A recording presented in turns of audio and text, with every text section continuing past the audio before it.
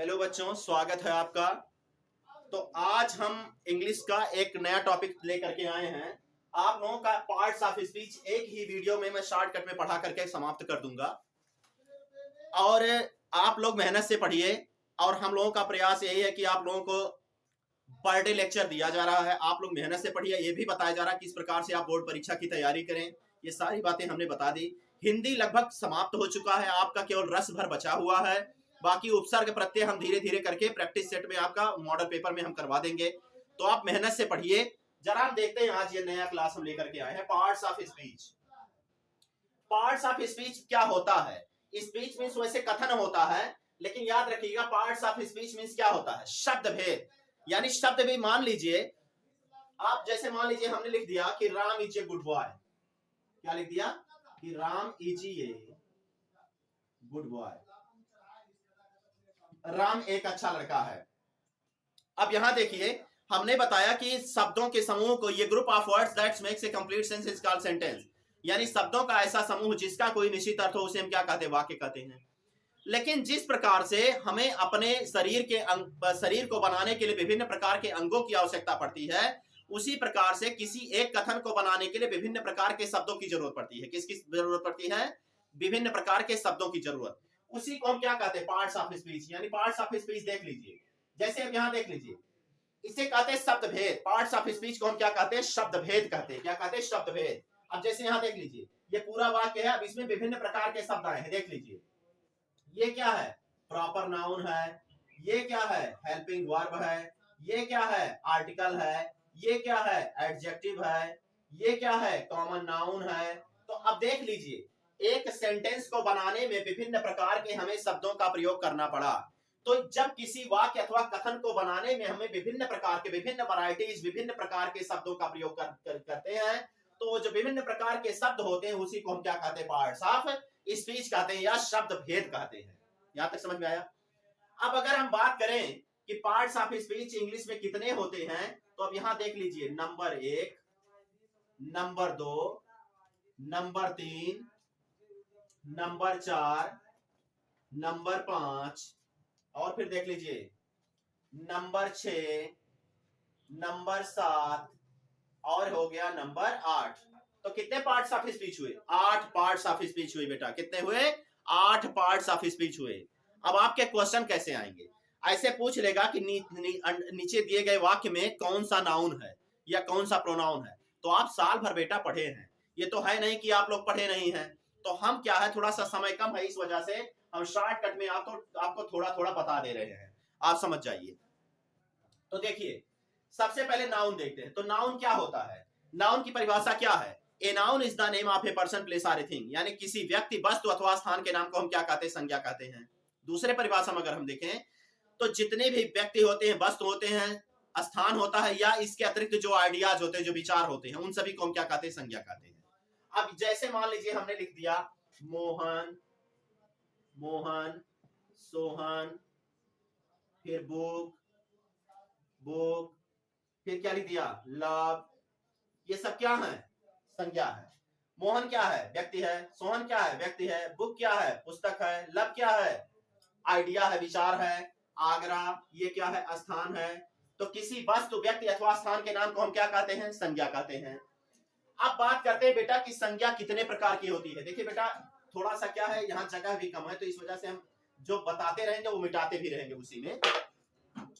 संज्ञा कितनी होती है? 5 प्रकार की। Proper noun, common noun, connective noun, material noun और एब्स्ट्रैक्ट नाउन। अब प्रॉपर नाउन मींस क्या होता है? इसे बोलते हैं व्यक्तिवाचक संज्ञा। क्या कहते हैं? प्रॉपर नाउन को हम हिंदी में कहते हैं क्या? व्यक्तिवाचक संज्ञा। क्या कहते हैं? व्यक्तिवाचक संज्ञा। बात समझ में आ रहा है? कॉमन नाउन को हम क्या कहते हैं? कॉमन नाउन को हम क्या कहते हैं? जातिवाचक संज्ञा। क्या कहते हैं? जातिवाचक संज्ञा। समझ में आ रहा है? कलेक्टिव नाउन को हम क्या कहते हैं? कलेक्टिव नाउन को हम कहते हैं क्या? समूहवाचक संज्ञा। क्या कहते हैं? समूहवाचक संज्ञा। बात समझ में आ रहा है? मटेरियल नाउन को हम क्या कहते हैं? मटेरियल नाउन को हम क्या कहते हैं? क्या कहते हैं? पदार्थवाचक। क्या कहते हैं? पदार्थवाचक। या धातुवाचक संज्ञा क्या कहते हैं, धातुवाचक संज्ञा कहते हैं। बात समझ में आ रहा है, पदार्थवाचक या धातुवाचक संज्ञा कहते हैं। अब एक होता है एब्स्ट्रैक्ट नाउन, कौन सा नाउन होता है, एब्स्ट्रैक्ट नाउन, इसे क्या कहते हैं, भाववाचक संज्ञा, क्या कहते हैं, भाववाचक संज्ञा कहते हैं। बेटा ध्यान से देखिए, भाववाचक संज्ञा कहते हैं। तो नाउन कितने हुए, पहला होता है proper noun, common noun, collective noun, material noun और abstract noun. Proper noun means होता है व्यक्तिवाचक संज्ञा, कॉमन नाउन मींस होता है जातिवाचक संज्ञा, कलेक्टिव नाउन मींस होता है समूहवाचक संज्ञा, मटेरियल नाउन मींस पदार्थवाचक या धातुवाचक संज्ञा और एब्स्ट्रैक्ट नाउन मींस होता है भाववाचक संज्ञा।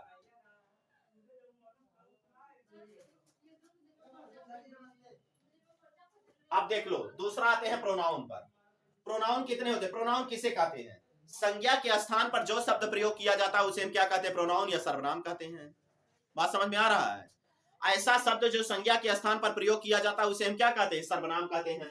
अब सर्वनाम कितने होते हैं, पहला होता है personal pronoun, relative pronoun, interrogative pronoun, demonstrative pronoun, distributive pronoun, reflexive pronoun, एम्फैटिक pronoun और एक होता है इंडेफिनिट प्रोनाउन। कौन प्रोनाउन, इंडेफिनिट प्रोनाउन। याद रखिएगा, हम आप लोगों को बेटा, आप लोग साल भर खूब मेहनत से पढ़े हैं, तो साल भर जब खूब पढ़े हैं तो आपको बहुत ज्यादा डीप पढ़ाने की ये टाइम आपको बहुत डिटेल में पढ़ाने का समय नहीं है। मेरा मतलब ये था कि आप लोगों का एक वीडियो बना दें, उसी एक वीडियो में पूरा पार्ट ऑफ स्पीच तैयार हो जाए। तो क्या होता है, एक वीडियो में बनाने का मतलब अब नाउन को पूरा एकदम खत्म थोड़ी किया जा सकेगा, प्रोनाउन को पूरा थोड़ी पढ़ाया जा सकेगा। तो एक ही वीडियो में मैंने सोचा बना करके समाप्त कर दें, आप लोगों के समझ में भी आ जाए। तो आप लोगों को संक्षिप्त में बताते चल रहा हूं, आप लोग कॉपी और पेन लेकर के बैठ जाइए और आराम से नोट कर लीजिए। तो आगे देखिए, अब प्रोनाउन क्या होता है, संज्ञा के स्थान पर जो शब्द प्रयोग किया जाता है उसे हम क्या कहते हैं, प्रोनाउन या सर्वनाम कहते हैं, सर्वनाम कहते हैं। जैसे मान लीजिए हमने यहाँ लिखा मोहन, अब मोहन क्या है, पुरुष, अब मोहन के लिए ही भी तो इस्तेमाल किया जाता है। मान लीजिए सीता लिखा तो सीता के लिए क्या हो जाता है, शी हो जाता है। इसका मतलब मोहन क्या है, नाउन है और इसके लिए कौन सा शब्द इस्तेमाल किया गया, ही, तो ये क्या बन गया, प्रोनाउन बन गया। बात आ रहा है समझ में। तो प्रोनाउन जो होता है वो कितने प्रकार का होता है, देख लीजिए। पहला होता है पर्सनल प्रोनाउन, इसे बोलते हैं व्यक्तिवाचक सर्वनाम या पुरुषवाचक सर्वनाम। और ये जो पुरुषवाचक सर्वनाम होता है, पुरुषवाचक सर्वनाम यानी पर्सनल प्रोनाउन, ये तीन भागों में डिवाइड किया गया है। पहला होता है फर्स्ट पर्सन, दूसरा होता है सेकंड पर्सन और तीसरा क्या होता है, थर्ड पर्सन। बात याद रखिएगा, फर्स्ट पर्सन, सेकंड पर्सन और थर्ड पर्सन। अब देख लीजिए, दूसरा होता है रिलेटिव प्रोनाउन। क्या होता है रिलेटिव प्रोनाउन, इसे बोलते हैं संबंधवाचक सर्वनाम। तीसरा होता है इंट्रोगेटिव प्रोनाउन यानी प्रश्नवाचक सर्वनाम। चौथा होता है क्या, डिमॉन्स्ट्रेटिव प्रोनाउन यानी संकेतवाचक सर्वनाम। पांचवा क्या होता है, डिस्ट्रीब्यूटिव प्रोनाउन यानी विभागवाचक सर्वनाम। छठा क्या होता है, रिफ्लेक्सिव प्रोनाउन यानी निजवाचक सर्वनाम। सातवां क्या होता है, एम्फैटिक प्रोनाउन यानी दृढ़ता सूचक सर्वनाम या दबाव देने वाले सर्वनाम। फिर क्या होता है, इंडेफिनिट प्रोनाउन यानी अनिश्चयवाचक सर्वनाम। क्या होता है, अनिश्चयवाचक सर्वनाम। तो बेटा आ जाते हैं एडजेक्टिव पर। तो एडजेक्टिव क्या होता है, संज्ञा तथा सर्वनाम शब्दों की विशेषता प्रकट करने वाले शब्दों को हम क्या कहते हैं, एडजेक्टिव या विशेषण कहते हैं। बात याद रखिएगा। जैसे मान लीजिए हमने यहां लिख दिया कि Ram is a good boy, Ram is a good boy. अब यहां देखिए बेटा, गुड क्या है, अच्छाई बता रहा है, किसकी, राम की।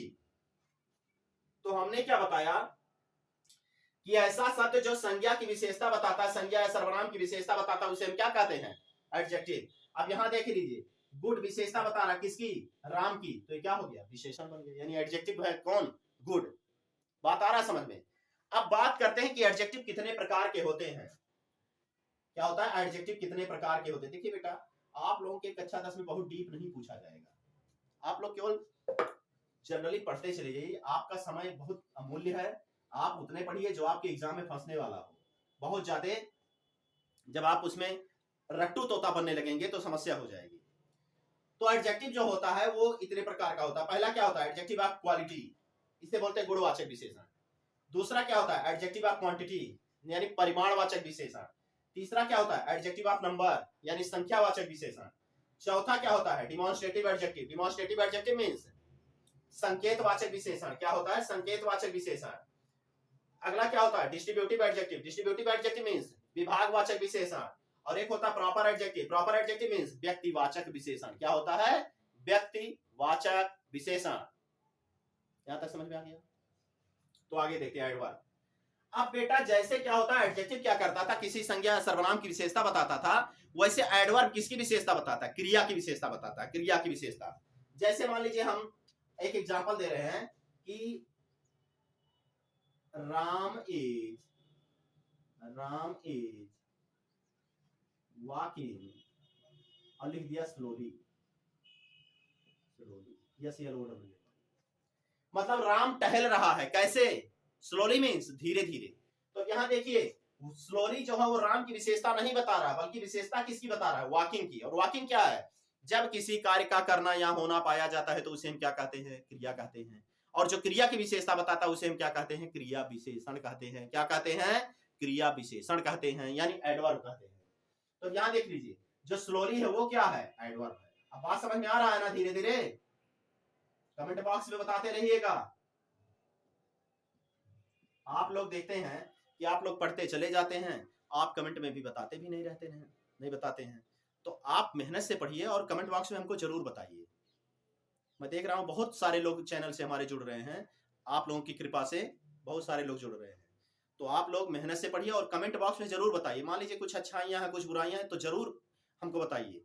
तो जब बताएंगे तो हम जरूर उसमें सुधार करेंगे। मैं शुरू से यही कहते चला आ रहा हूं, और अब तक मुझे लगता है 30-32 लेक्चर हो चुका है।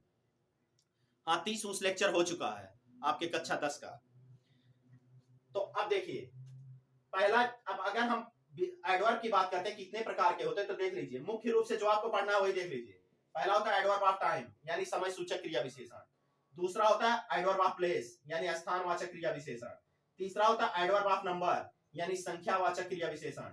और चौथा जो होता है एडवर्ब ऑफ मैनर, यानी विधि सूचक क्रिया विशेषण या रीतिवाचक क्रिया विशेषण।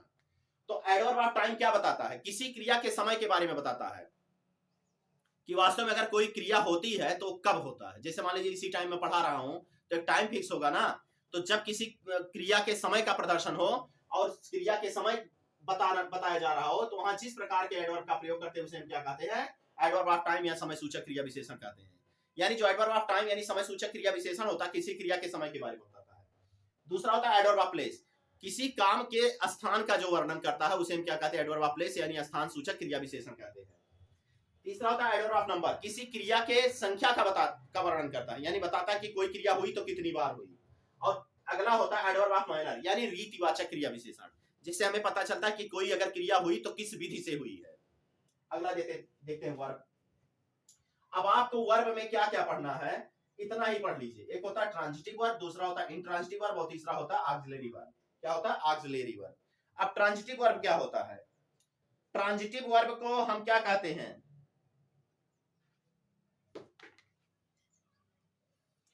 ट्रांजिटिव वर्ब को क्या कहते हैं, ट्रांजिटिव वर्ब को क्या कहते हैं, ट्रांजिटिव वर्ब को सकर्मक क्रिया कहते हैं। क्या कहते हैं, सकर्मक क्रिया, यानी a different type of verb that requires an object to produce complete meaning itself is called transitive verb. यानी ऐसी क्रिया जिसे अपना पूर्ण भाव प्रकट करने के लिए किसी कर्म की जरूरत पड़ती है उसे हम क्या कहते हैं, सकर्मक क्रिया कहते हैं। क्या कहते हैं, सकर्मक क्रिया। दूसरा क्या होता है, इंट्रांजिटिव वर्ब, इसे बोलते हैं आकर्मक क्रिया, यानी a different type of verb that does not require any object to produce complete meaning itself is called intransitive verb. यानी ऐसी क्रिया जिसे अपना पूर्ण अर्थ प्रकट करने के लिए, पूर्ण भाव प्रकट करने के लिए किसी कर्म की जरूरत नहीं पड़ती, उसे हम क्या कहते हैं, इंट्रांजिटिव वर्ब। और तीसरा होता है हेल्पिंग वर्ब, हेल्पिंग वर्ब को यानी ऑक्सिलरी वर्ब भी कहते हैं, सहायक क्रिया। तो a verb that helps the subject to complete the meaning of the sentence is called helping verb. यानी ऐसी क्रिया जो किसी वाक्य के अर्थ को पूर्ण करने में कर्ता की सहायता करती है, मदद करती है, उसे हम क्या कहते हैं, ऑक्सिलरी वर्ब या सहायक क्रिया कहते हैं। तो जल्दी से नोट करते रहिए बेटा और बहुत मेहनत से पढ़िए।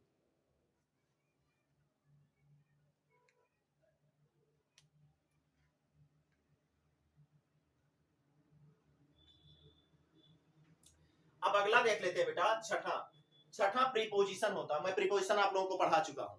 प्रीपोजिशन को संबंध बोधक शब्द कहते हैं, यानी ऐसा शब्द जो किसी संज्ञा अथवा सर्वनाम के पहले प्रयोग किया जाए तथा संज्ञा और सर्वनाम और वाक्य में आए हुए अन्य शब्दों के बीच संबंधों को बताए, उसे हम क्या कहते हैं, प्रीपोजिशन। यानी संबंध बोधक शब्द वह शब्द होता है जो किसी संज्ञा सर्वनाम के पहले प्रयोग किया जाएगा और जो वाक्य के अन्य शब्दों के बीच संबंध बताए। यानी प्रीपोजिशन एक ऐसा शब्द होता है जो किसी संज्ञा सर्वनाम के पहले प्रयोग होगा और संज्ञा और सर्वनाम और वाक्य के अन्य शब्दों के बीच क्या बताएगा, संबंध। और अगला है कंजंक्शन, कंजंक्शन को संयोजक कहते हैं। संयोजक मीन्स जोड़ने वाला, इसे लिंकर भी कह सकते हैं। क्या कह सकते हैं? लिंकर। यानी ऐसा शब्द जो दो शब्दों, दो वाक्यों, दो उपवाक्यों तथा दो वाक्यांशों को जोड़ने का कार्य करे, उसे हम क्या कहते हैं? कंजंक्शन। कंजंक्शन मीन्स संयोजक। और जो होता है ये अगला होता है इंटरजेक्शन। क्या होता है? इंटरजेक्शन। इंटरजेक्शन मीन्स होता है विस्मय बोधक शब्द। आपने देखा होगा एक्सक्लामेटरी सेंटेंस आपने पढ़ा होगा, तो एक्सक्लामेटरी सेंटेंस में क्या होता है? हुर्राह का प्रयोग किया जाता है, एलास शब्द का प्रयोग किया जाता है। ये सब क्या है? विस्मय बोधक शब्द यानी इंटरजेक्शन है। तो इंटरजेक्शन विस्मय बोधक शब्द वह शब्द होता है जो ज्यादातर एक्सक्लेमेटरी सेंटेंस में तो प्रयोग किया ही जाता है, लेकिन जो अचानक उत्पन्न होने वाले मनोविचारों जैसे दुख हुआ, सुख हुआ या आश्चर्य का वर्णन करता है। किसका? आश्चर्य का वर्णन करता है। यानी विस्मय बोधक शब्द वह शब्द होता है जो दुख, सुख, आश्चर्य का वर्णन करता है और जिसके तुरंत बाद एक्सक्लेमेशन मार्क यानी विस्मय सूचक चिन्ह जरूर लगा रहता है। तो आप देख लीजिए, ये बढ़िया से नोट कर लीजिए और जल्दी से नोट करिए।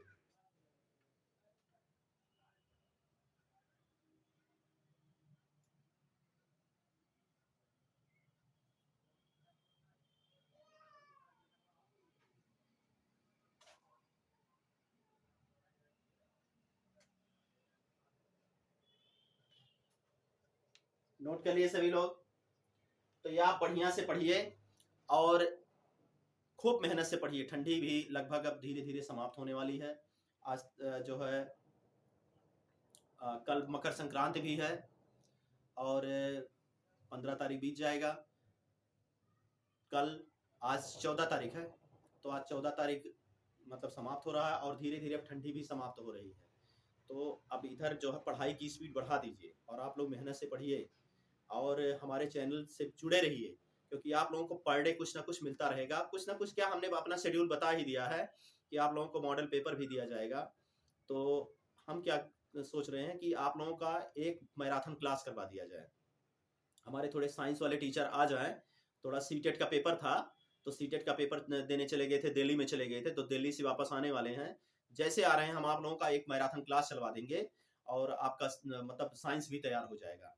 तो मैराथन क्लास चलवाने के बाद हमारा प्रयास यही है कि सारे सब्जेक्ट का मैराथन क्लास चलवाने के बाद आप लोगों का मॉडल पेपर करवा दिया जाए। तो आप लोग मेहनत से पढ़िए और वीडियो को पूरा पूरा देखिए, अच्छे से पढ़िए और जो पढ़िए वो आप कॉपी भी बनाते रहिए, मतलब कॉपी में नोट करते भी रहिए, अपना नोट्स भी बनाते रहिए। तो आप वीडियो को लाइक कीजिए, शेयर कीजिए और चैनल को जरूर सब्सक्राइब कीजिए। धन्यवाद।